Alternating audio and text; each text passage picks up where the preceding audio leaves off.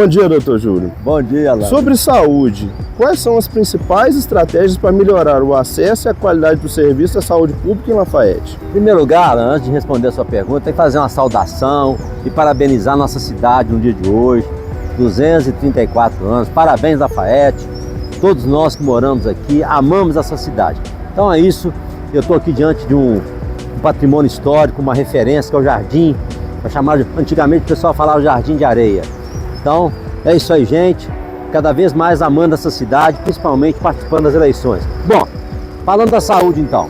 A saúde é um tema complexo, gigantesco, mas a gente tem que começar por aquilo que a cidade mais precisa, aquilo que o povo mais requer, que é um pronto-socorro eficiente, de qualidade, para tratar bem a pessoa na hora que ela precisa.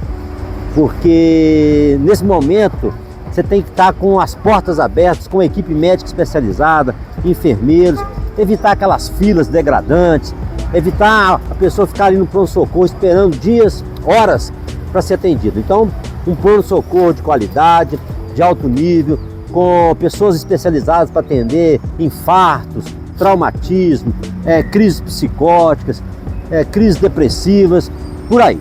Depois você tem que passar pela vacinação, tem que ser uma vacinação eficiente, você tem que ter uma saúde bucal de primeira qualidade para atender também as pessoas que têm que tratar dos seus dentes, fazer obturações, próteses. Você tem a questão que envolve os PSF, colocar os médicos no PSF, em todas as regionais de saúde, Paulo VI, Barreira, Guarani, todos esses centros santuário que tem bons prédios. Agora vai vir a UPA, ali na UPA você tem que estar bem com a equipe também, porque saúde, gente, não é só o prédio, né? Você tem que valorizar o funcionário, o enfermeiro tem que ser bem remunerado, o médico tem que ser bem remunerado, evitando aquele rodízio, entra médico, sai médico. Às vezes você tem um bom profissional na saúde pública, ele vai embora porque o mercado oferece ele mais propostas. Então nós temos que ter essa noção. Centro de especialidade médicas, com vários especialistas, aquelas consultas difíceis, as cirurgias de catarata, que muita gente às vezes não tem o dinheiro para pagar uma cirurgia, o TFD, que é o transporte fora do domicílio, as quimioterapias, radioterapia, a hemodiálise funcionando adequadamente. Então o conhecimento da saúde tem que ser amplo, de forma que as pessoas possam ser atendidas na hora que elas precisam. Evitar as filas na marcação de consulta, distribuição de remédios, no idoso principalmente, que onera o idoso, são os remédios, que a pessoa já tem aposentadoria, aquele salário é fixo, o idoso tem que ser bem acolhido, com um centro de referência do idoso, que tem atividades lúdicas, preventivas, a pediatria, né? No caso, por exemplo, o Hospital São Vicente, Paulo, tem que dar aquele apoio para melhorar o atendimento, principalmente na época das viroses. Nós temos o Hospital Queluz, que tem as parturientes, as gestantes, que tem que ter aprimoramento para que elas sejam bem acolhidas e possam ter a gravidez e também ganhar suas crianças de forma correta. Então é isso aí, essa nossa proposta na área da saúde. Nós vamos estar atentos a todos os setores, por isso que a gente está se candidatando. Eu sou médico, sou psiquiatra, na minha área da saúde mental, um CAPS que possa atender bastante a questão da dependência química, fazer tratamento preventivo, e é isso. Então esse é o nosso programa para a área de saúde. Mas sobre segurança, quais são as principais estratégias para combater a violência e aumentar a segurança em Conselheiro Lafayette? Esse é um tema complexo que exige a chamada ações integradas. Segurança pública vai desde o executivo, a polícia militar, a polícia civil, guarda municipal, guarda patrimonial. Então nós temos que ter um fórum permanente desse conjunto de ações, onde está o prefeito, onde está o capitão, o comandante da polícia militar, a polícia civil, que é o departamento de investigação.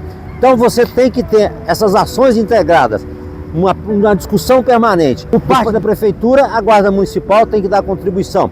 Tem a questão do trânsito, que também incorpora, também tem a ver com a segurança pública.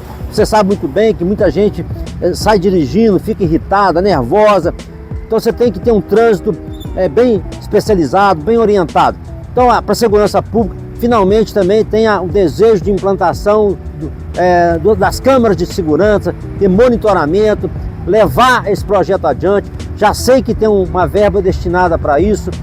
Então nós temos que colocar isso em prática, ok? Então segurança pública, repito, exige uma ação integrada de vários órgãos que já são competentes no município.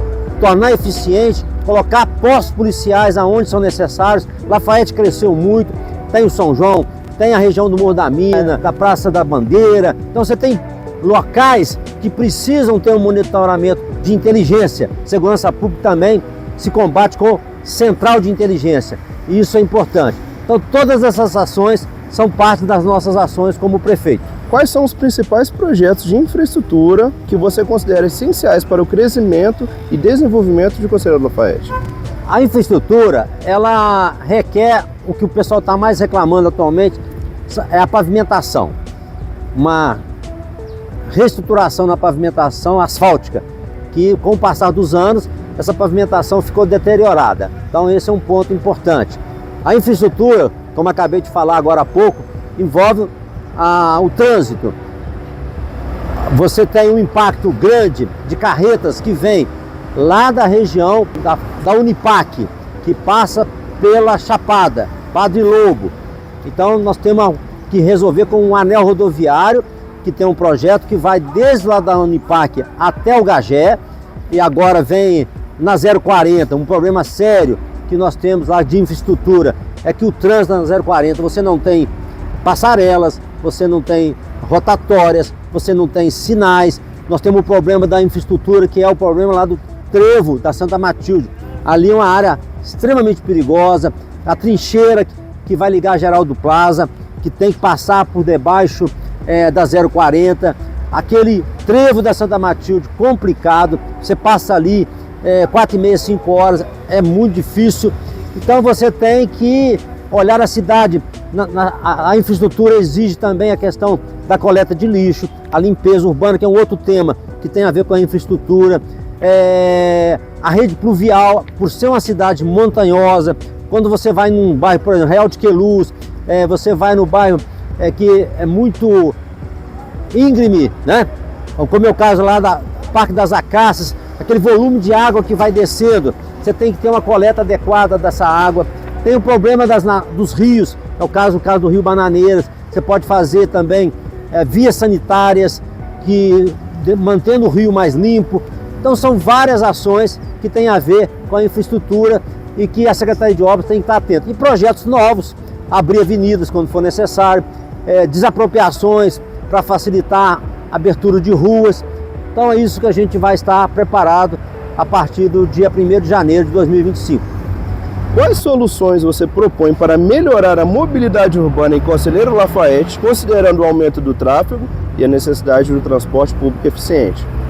Inclusive a mobilidade urbana é uma questão já mais atualizada, uma exigência inclusive do Ministério Público, com a aprovação da Câmara, dos vereadores, que é uma nova lei em que exige colocação de elevadores, rampas, colocação de passeios públicos adequados para cadeirantes. Então existe toda uma nova legislação que tem que ser cumprida.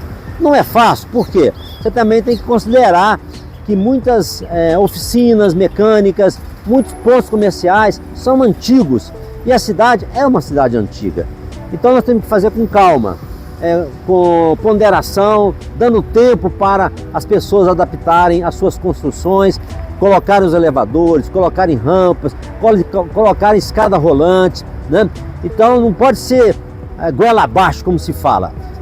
Fazendo uma conscientização primeiro, fazendo uma divulgação maciça da importância de você respeitar um cadeirante. Por exemplo, muitas vezes você que tem um familiar que precisa ir a um hospital, deslocamento, às vezes ele mora numa rua que ainda é calçada.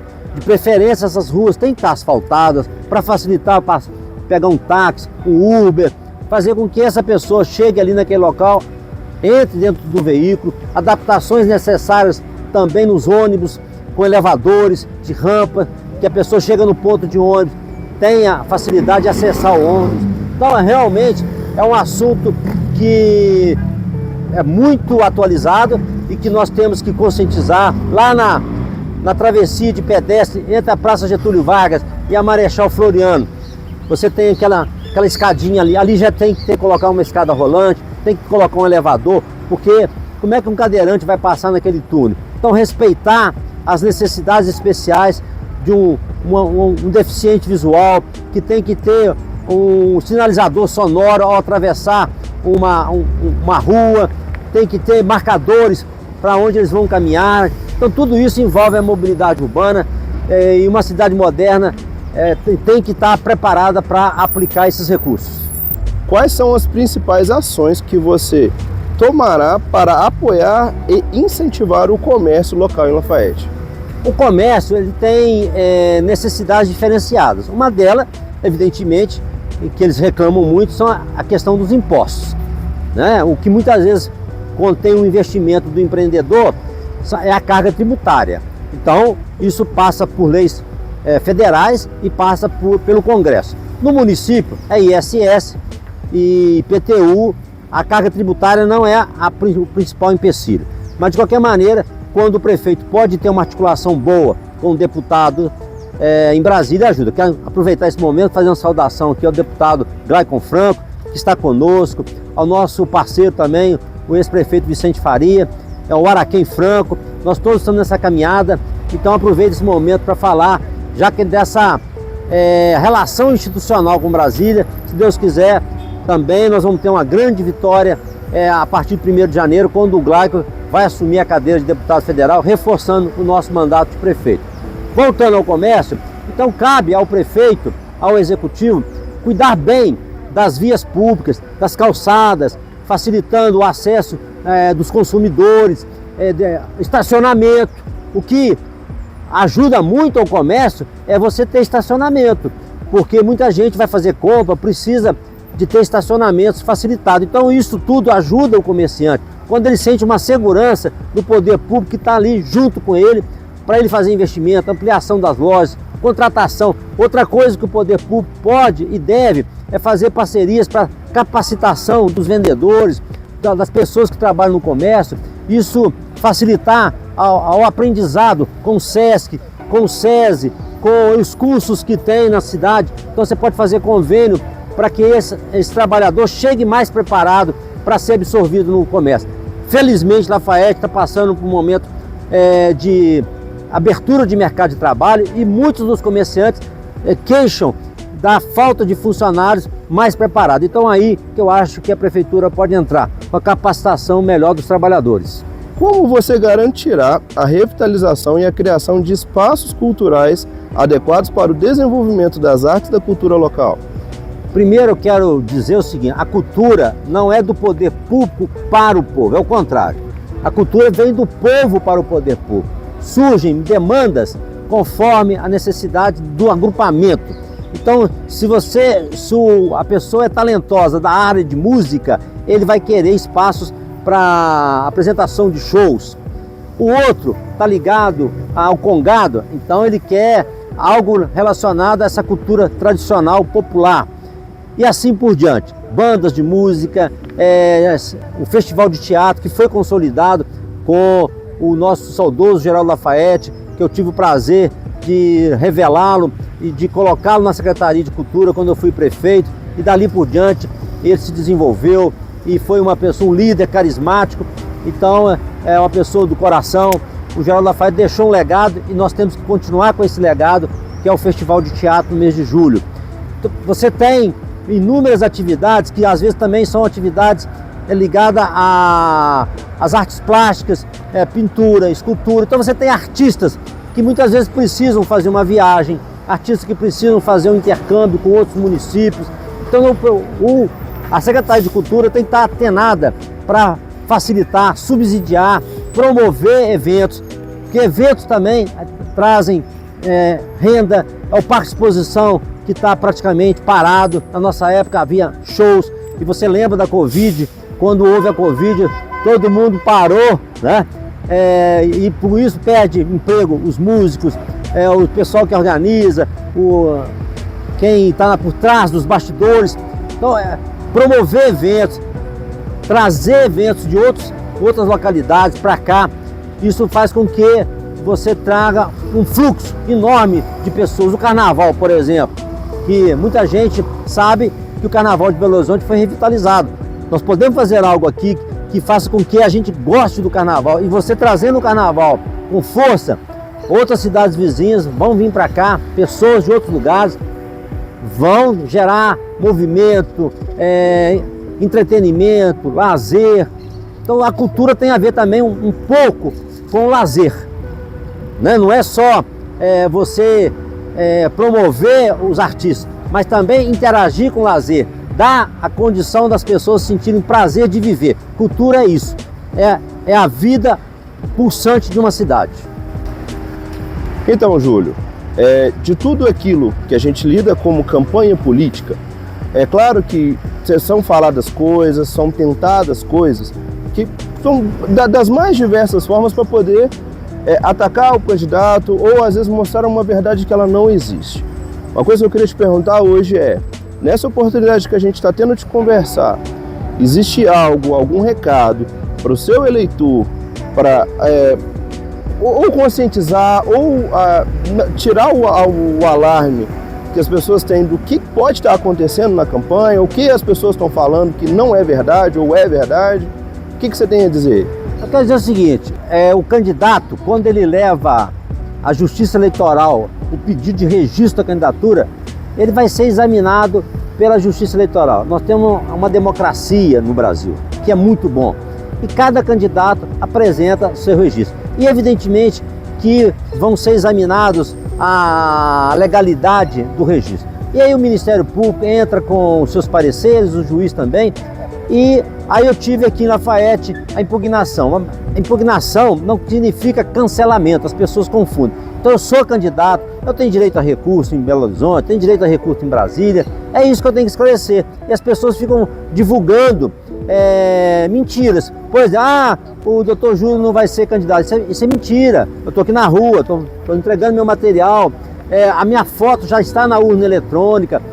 Quando você sair de casa no dia 6 de outubro, quando você levar o título de eleitor, quando você entrar na cabine, quando você apertar o 18, vai aparecer minha foto. Eu estou participando dos debates e vou mostrar aqui o meu registro totalmente legalizado a partir que a gente vai na Justiça Eleitoral, em Belo Horizonte, Brasília, recorrer, e é um direito democrático do candidato fazer esses recursos. Então, agora, os adversários apressadamente querem ganhar pontos com isso e acabam não ganhando, porque pensar que o eleitor é bobo. O eleitor não é bobo, ele sabe que isso é um trâmite normal. Em qualquer processo que se tem na justiça, não só na justiça eleitoral, tem as fases, tem o tempo que as pessoas têm que saber que existem recursos. É isso que está acontecendo. Então eu sou candidato e fique tranquilo, o eleitor e a eleitora, vão votar no dia 6 de outubro, número 18. A gente está muito bem colocado nas pesquisas e é por isso que os adversários ficam tentando denegrir a minha imagem, denegrir a minha candidatura para ver se conquista algum ponto. Mas não é por aí. Os adversários têm que apresentar proposta, falar para o povo o que eles pretendem fazer. Deixa por conta da Justiça Eleitoral e com certeza, como se diz, a justiça vai ser feita e dia 6 de outubro, votando no número 18, eu ganhando as eleições, vou ser empossado, vou governar Lafayette. É isso que vai acontecer. Não tem nada de anormal, nada de alarde. A gente que está na política está acostumado com esse tipo de burburinho, de tumulto que os candidatos gostam de fazer, os adversários principalmente gostam de fazer. Então é isso aí que eu tenho para esclarecer. Uma consideração final? A minha consideração final é que a campanha está indo muito bem, estou tendo uma aceitação excepcional nas ruas, um reconhecimento depois que eu deixei de ser prefeito há mais de 16 anos. A pessoa está lembrando de como era um governo comigo na prefeitura, de portas abertas, onde eu recebia e recebo e converso com todo mundo. Então é isso que vai acontecer. Novamente, uma cidade arejada, oxigenada, com esse dinamismo que eu consigo implementar na prefeitura. E você venha comigo, dia 6 de outubro, votar no 18, porque assim nós faremos a democracia, mais uma vez, vencer aquelas fake news, que a democracia do candidato que está na rua vai ser colocada para o eleitor. Um grande abraço, venha comigo, dia 6 de outubro, votar no número 18.